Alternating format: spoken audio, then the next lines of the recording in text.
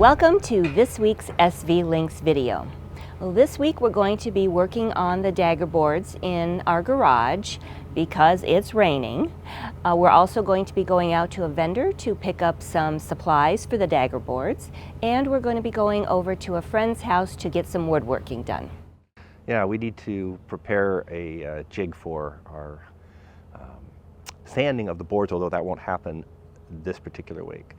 But for right now, let's head out to the garage. But before we do that, I just want to mention that at the end of the video, we're going to take a bunch of viewer questions and talk a little bit about copper coat and what we did there after we painted it, and answer, like I say, a lot of other questions. So stick around for that.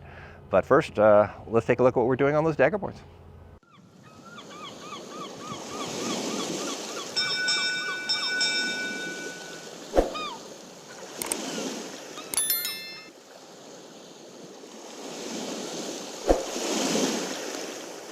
As you can see, the atmospheric river is here, and it has been quite the atmospheric river. It's been non-stop raining now for about 2.5 days. I mean, without a break. It's just solid, always pouring rain. But we're in the garage, so we're okay. And it's time for us to get to the second part of working on the Daggerboards. And we did all the gluing up of the spines, but today we're gluing up all of the body of it. And so the first thing we're doing is putting some groupings together like this, because then eventually we'll turn those on our side and we'll glue the stacks together and start getting the shape of this done. So the first thing we're doing right now, of course, is pulling peel ply off of this entire mess of, I don't know, 40 boards or something like that. And then we'll start gluing. So I won't bore you with pulling peel ply, so we'll get to that, and then we'll come back to when we get to some gluing of this. All right, time to get some epoxy on these, turn them into blocks. So Brian's going to do that side over there, and I'll do this, and we're starting with the top part of the Daggerboard, which will be the 1850 long, and then we'll get to the mid parts momentarily. Now, we already cleaned all these surfaces with alcohol. I didn't show you that, but we did. And I just about dropped my epoxy, but I didn't. Just about doesn't count.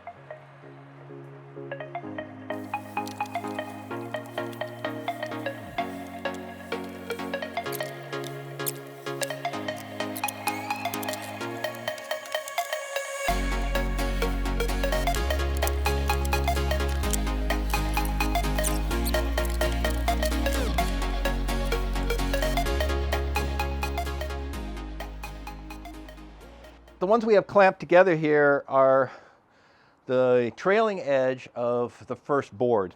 And once these are set up, then we'll stack them vertically and glue them together into a wedge shape. But our problem is we're out of clamps. And so we're breaking for lunch right now, and then we'll decide if these will set up enough. But the problem is it's only 50 degrees out in this stormy day, and the epoxy just doesn't set up very fast. And in fact, at 50 degrees Fahrenheit, this in Celsius, the epoxy really has a hard time. So I wouldn't even want to mess with it below that temperature, but it's fine. It's just that it's going to take a long time to set up. So, and we used West System to make it set up faster, but even so, in this temperature, we'll see if we get any further on this today. But lunch for now. This morning we've got the second Daggerboard trailing edge blocks all epoxied up. We didn't show you that because we already showed you the other one. So they're just on the floor here setting up, and we did that so we could clear our table off, because our next step is going to be that we need to create a sheet of fiberglass that is 8 layers thick and about 1,650 millimeters long, 120 millimeters wide, like I said, 8 layers deep. And so we've got to cut all those. So working on the fiberglass strips that go on top of the spines of the Daggerboard, and they're 8 layers stacked up, and each one's 120 millimeters wide, and they just lay on top of each other, 8 on each side of each board, so that's 32 total. So we have to cut 32 strips. The longest one is 3550 for millimeters, and they get shorter as they go. But that's what we're cutting right now. We've cut a few already. We're going to cut a few more right now. Once glued together with epoxy, these strips create a stiff, long strip. One of each goes on either side of the spine of the Daggerboard right here.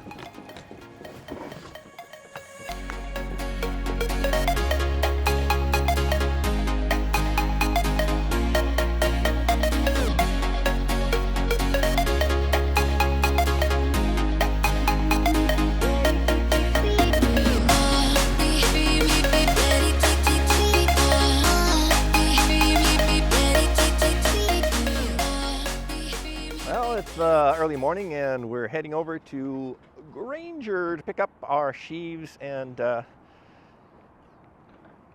stainless steel pins that go into them. So in we go.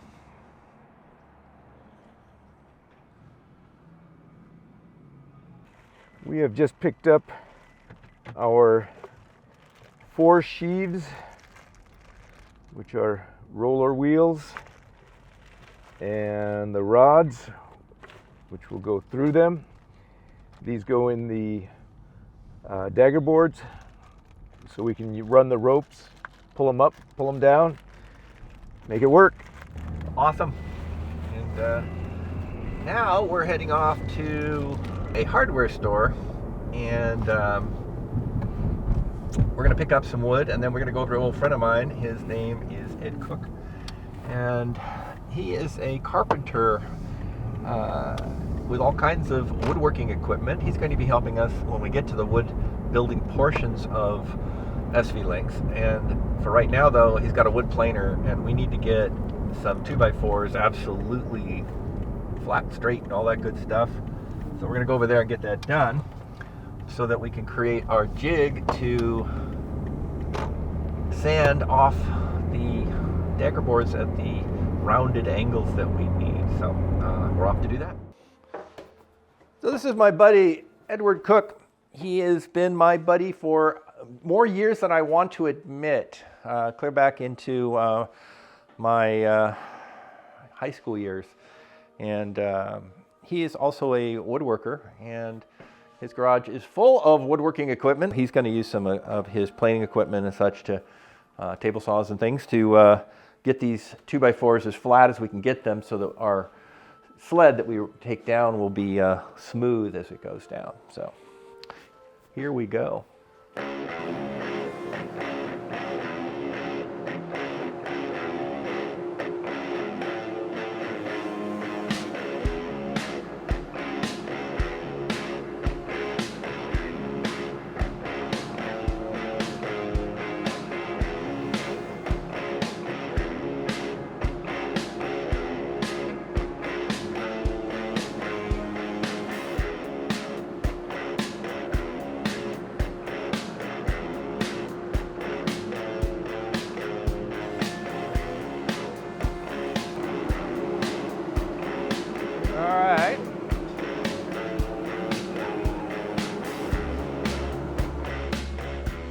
So now that we have one edge of this planed flat, we're going to cut all of these 2x4s to the same exact width using the table saw right now.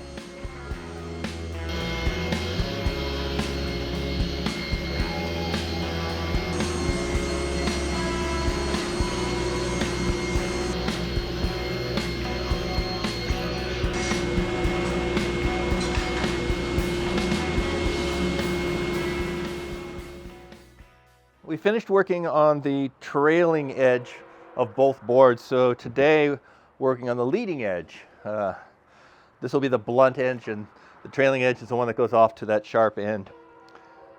So the first thing, of course, is we got to pull all the peel ply on all these, and then we're going to glue them up.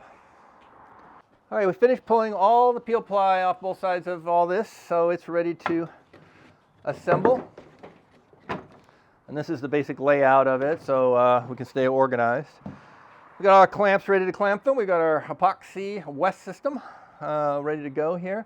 We're mixing it by volume right now, 5-to-1, and 2 small cups, because this doesn't take a lot of epoxy to glue each of these together, so we don't like to mix it in too big of batches. And once we get this all epoxied up and clamped together, we're going to move it over here onto the floor. We get some plastic ready there, and then we can start assembling the leading edge into its shape and on the table here. So, but first we'll get the the trailing edge on the table. First we'll get the leading edge done, and then I'll over here out of the way. Before we start epoxying, of course, we've got to clean all the surfaces that are going to be epoxied. So we've got our alcohol out, and we'll give them all a wipe down.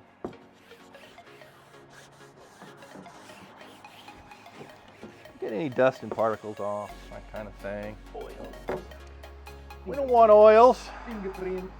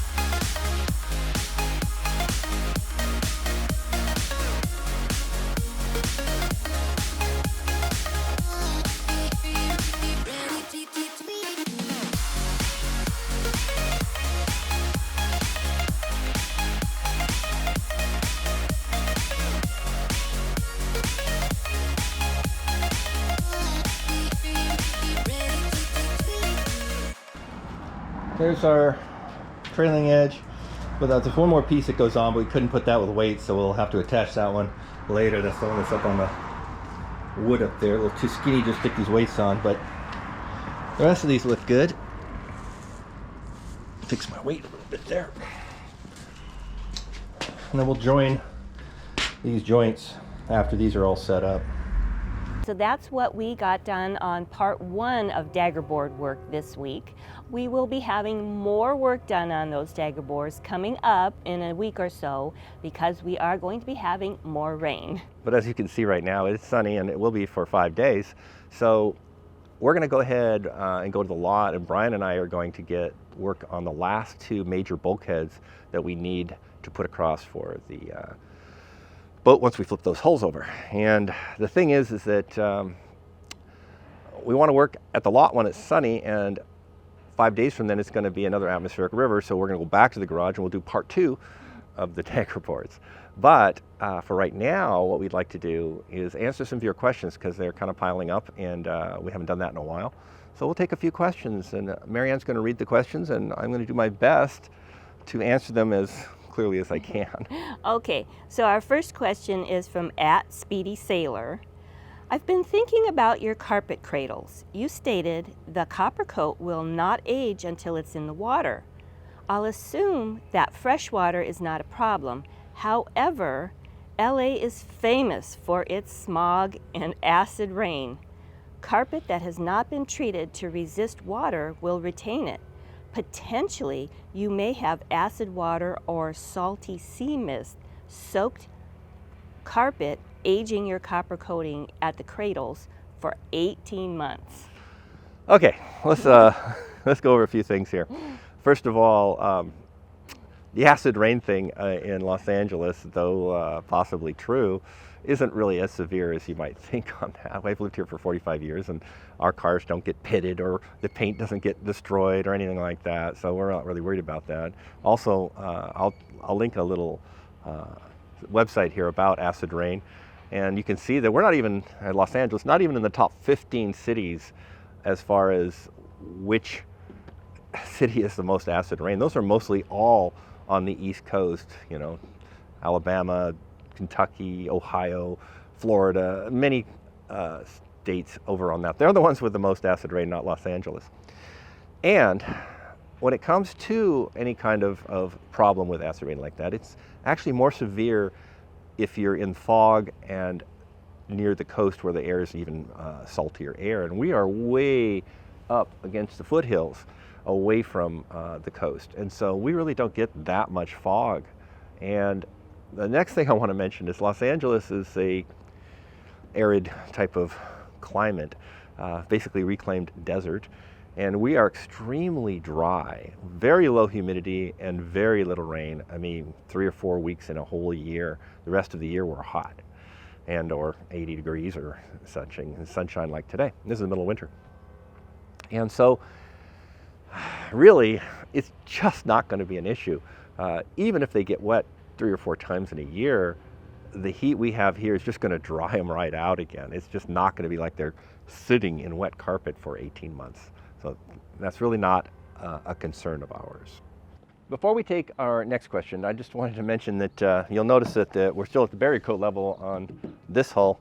And the reason for that is simply, of course, that we haven't had a long enough sunny week to finish this. And with only 4 or 5 days this coming week, we're going to work on the bulkheads instead. And we'll look for a longer stretch that we can do this. But hopefully we want this done soon. However, let's take our next viewer question and answer that. And that question is from Gary Underwood, 1505. You had the board in back to front. The reason for the sloping cutoff at the top is to allow the board to pivot aft if hitting something. The board rocks forward at the top to help absorb the energy. Some put shock absorbing foam there to crush as a weak point glassed lightly in. Okay, now I can't speak for other boats you may have seen, but what I can tell you is that's not the way it works on Schionning designs. And in fact, let me show you a picture here from the design document from Schionning of how the board's supposed to be in there, and you will see that it is exactly the way that we showed you in our video. And here are a couple pictures of actual Schionning boats out sailing where you can also see the boards and how they're in the correct direction. So the direction we have them in was not back to forward, it was actually exactly the way they're going to be. Now, the second thing about that is that the amount of slope that there is doesn't go, even when deployed all the way down, doesn't take the whole board down that low as far as that. So there's a rectangular portion of the board still in the casing. So there's no way it could rock regardless of that. So they're just not designed to rock. Now the third thing I want to mention on that is that even fully deployed, and with the small amount of rock that there would be, if you hit a reef or something, that little bit of movement isn't going to do anything anyway, even if it rocked, because the reef's still going to just tear the board right off. So none of that actually has to do with how these boards are correctly put into them. The leading edge of a wing, if you think of an airplane, is the bullnose blunt part, and then it tapers out to that thin part towards the rear. And that's the same way, if you just take that wing and set it on edge, it's the same way that a daggerboard works. That blunt bullnose part faces forward and the thin edge faces back. And so it's just, that's the way it works, and that's the way they are done on Schionning designs, and that's the way we showed them and that they are built. So they're not really designed to rock, and that part you see up above there is purely to narrow up the board as it sticks up when the board is pulled up, so that there's less windage on it. And that's all it's really for. All right, so let's take our next question. Okay, our next question is, the balsa core is located in the board to take crushing loads where the board exits the hull. The ball core is end grain and takes way more compression than any foam. Using foam instead of balsa doesn't seem correct to me. Well, you're not completely incorrect in this one, but you're missing one little small part there, is that the way it works, and here I'll show you in this diagram, is that there is balsa on top, followed by a section of red cedar planks glued into a block, followed by another section of balsa below that. It's the red cedar block that is at the point in the hull where it exits, where all the stress is going to be on the daggerboard.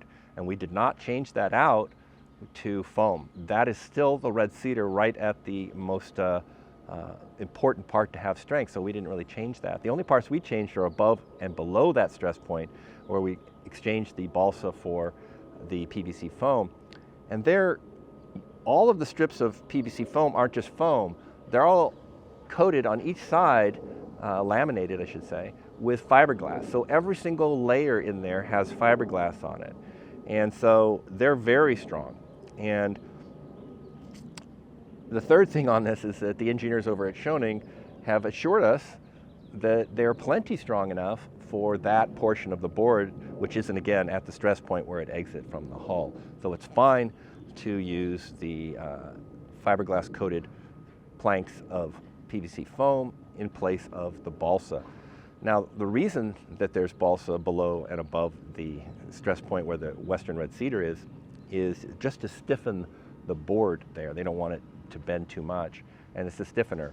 And the foam with the fiberglass layers on it is going to be plenty stiff to do the same trick. Our next question is from a newer viewer to our channel. So this person thinks we might have addressed this in the past, but he's going to ask the question anyway. How are you going to transport your catamaran to the marina? I assume that you will try to straddle a flatbed trailer, but at roughly 28 feet wide, it is wider than most roadways. Unless your route will be on a minimum of a 4-lane divided highway, traffic will need to be stopped and moved off of the shoulders in both directions. This generally requires working with local and state law enforcement agencies to make this happen. Typically, in this person's experience, you will end up needing 6 patrol cars, 2 at both front and rear of the load, to make sure a safe buffer is maintained, and another 2 about half a mile ahead, moving traffic off to the side. The big question there. The good news is that, of course, we researched all this before we decided to build this boat on this lot. And what we're going to do to answer this is we're going to take you on a little ride, and we're going to show you the road that we leave here from and how wide it is, and the fact that it is so many lanes that we won't have to have road closures. From that road that we'll show you, we also will be getting onto a massively wide freeway that takes us all the way to the water, and it dead ends into another 8-lane highway. So we don't have to get off an off-ramp. It just becomes basically an 8-lane highway, and that takes us right to where we're going to drop it into Newport Beach Harbor. So here we are driving on the road that we are going to be using to move SV Lynx on the flatbed truck. And as you can see here, this is a very, very wide road here. And it takes us all the way to the freeway. And so I'm going to actually get out and give you an idea of how wide the boat is going to be coming down the road here. So this is the width of our boat, and it takes up just a little more than 2 lanes, but we can't cheat it over to the edge because we're still off the ground here. So it's really going to take up about 2 lanes of the highway.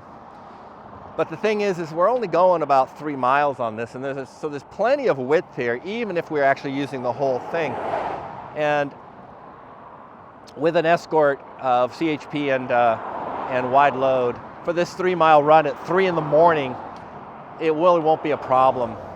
If we have to, there are places where we can sort of stop and let any traffic past us if they're backing up.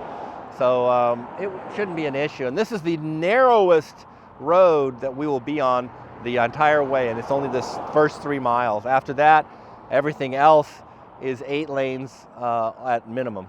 So we'll be good all the way. So it's really not a problem as far as we won't have to have so many patrol cars that we have to get traffic off the roads and all that kind of stuff. However, I will say this. We already looked into the cost of a CHP escort, and we will be doing that because it is a wide load. We're not 28 feet wide, but we are about 25, almost 26 feet wide. And so there will be a CHP escort that we will have, although we won't need 6 cars because we don't have to stop traffic and all that stuff. So it's not that expensive. And then there's a company that we're going to be hiring that is an escorts for wide loads, and they have special signs and lights and cars and all that good stuff to surround us as we drive all the way down to the beach. Now, that seems like a big hassle, and it is. But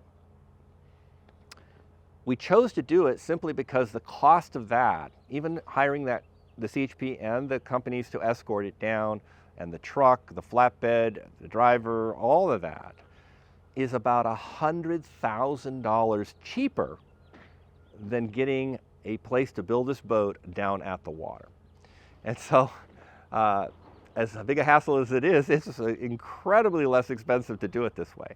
And California has a variance that you can get for wide loads as long as our height is below their maximum, and it's about 15 feet, I believe, but we're at 13, so we're nowhere near the maximum. And so we don't have a height problem, we don't have really a length problem. That's still okay at 50 feet. There are 50-foot trailers. It's just the width at a little over 25 feet that is, and this in meters, that is the issue. And for that, we'll, again, have a CHP escort and a wide load escort as well. So I hope that answers the question. Our next question is about particulate masks, in the fact that they're not doing anything in the way of protection from the epoxy vapors. This person would have just skipped the mask since we're working outside. And if you feel compelled to wear a mask, it needs to be sealed and have vapor filtering filters.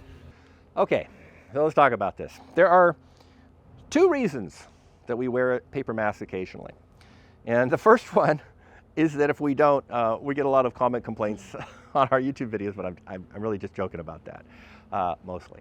The main reason that we wear paper masks when you see us wearing them is for particulates that are getting into the air. For example, when we're mixing thickened epoxy, we're using a silica, and that silica floats around, and we don't really want to breathe it in, so the masks are good enough to stop those large particulates. Or another example is when you're pouring copper coat.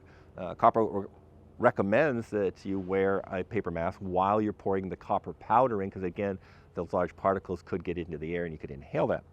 So there are times when we wear those, but we also have masks with filtering systems capable of stopping vapors. And if we are not outdoors with a gentle breeze and such, then we'll put those on. Or, for example, if we're in a huge cloud of dust from, say, sanding off epoxy, when we're doing the rope on our bulkheads, which we'll be doing next week, and you'll see us doing this, we'll again wear full-on face masks with filters and such. So it all depends on what we're doing and what we're trying to block as to what masks we wear, but we have multiple types. Our next question is a short one.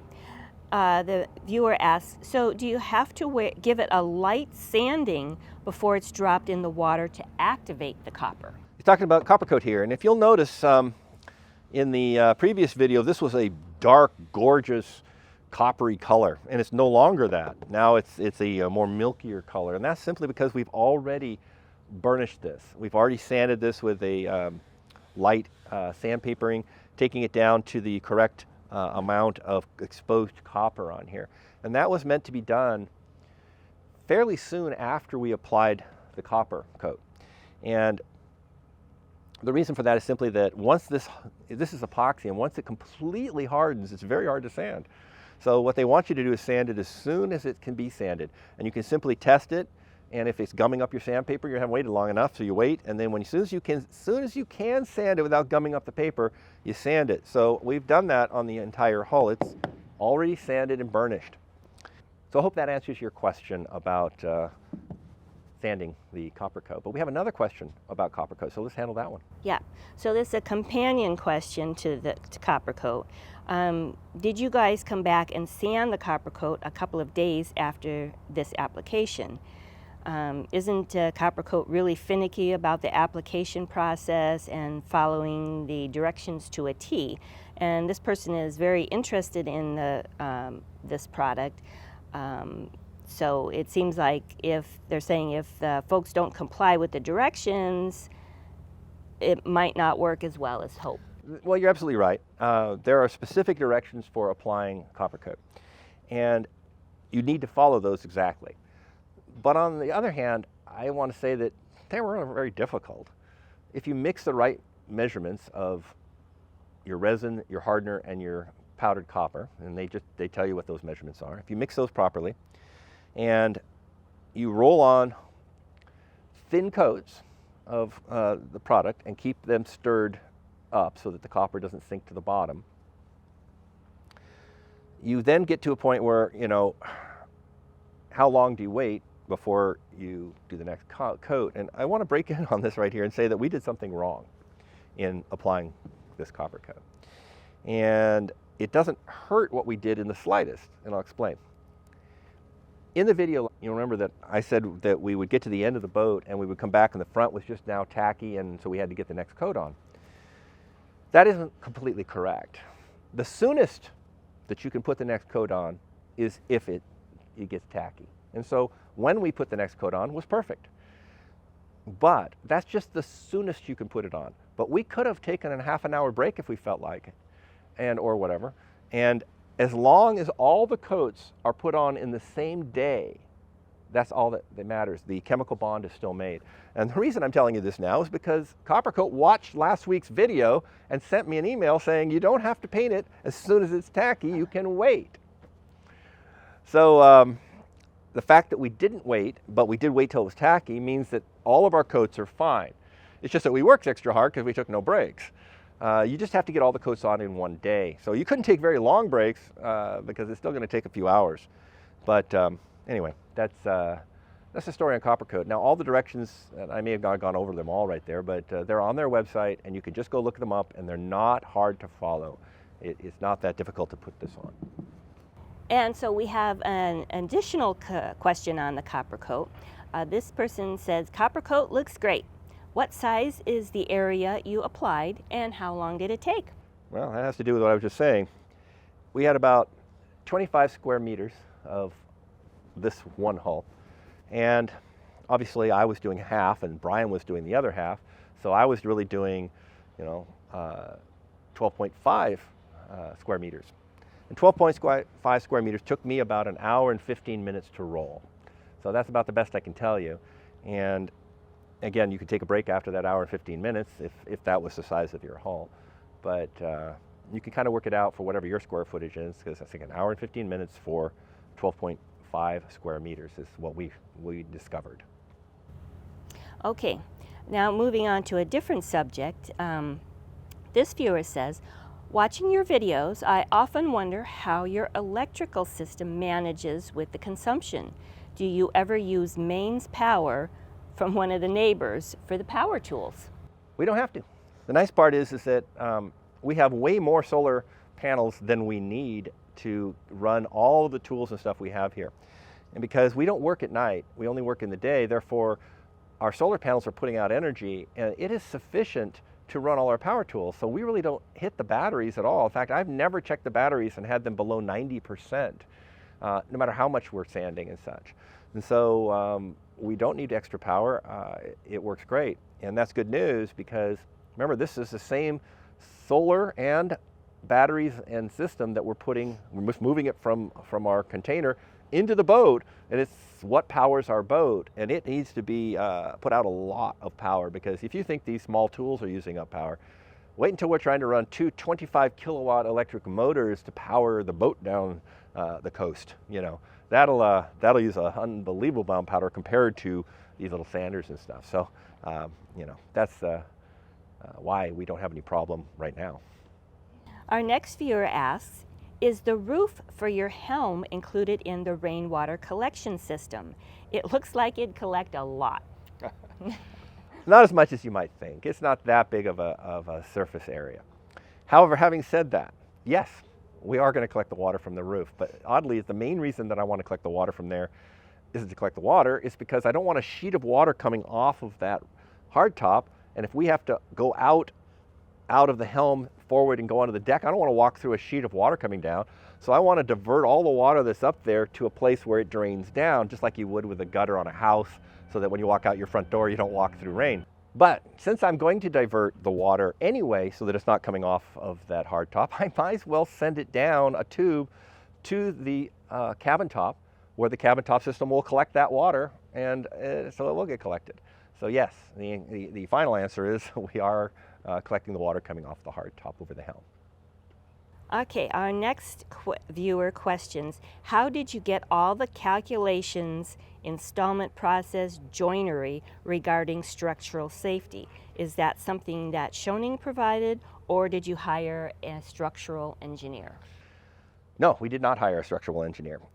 The fact is that, and I've said before that I designed a lot of this boat, but that's not really correct. I created a concept of all these changes to the boat that I worked off of the Solitaire 1490.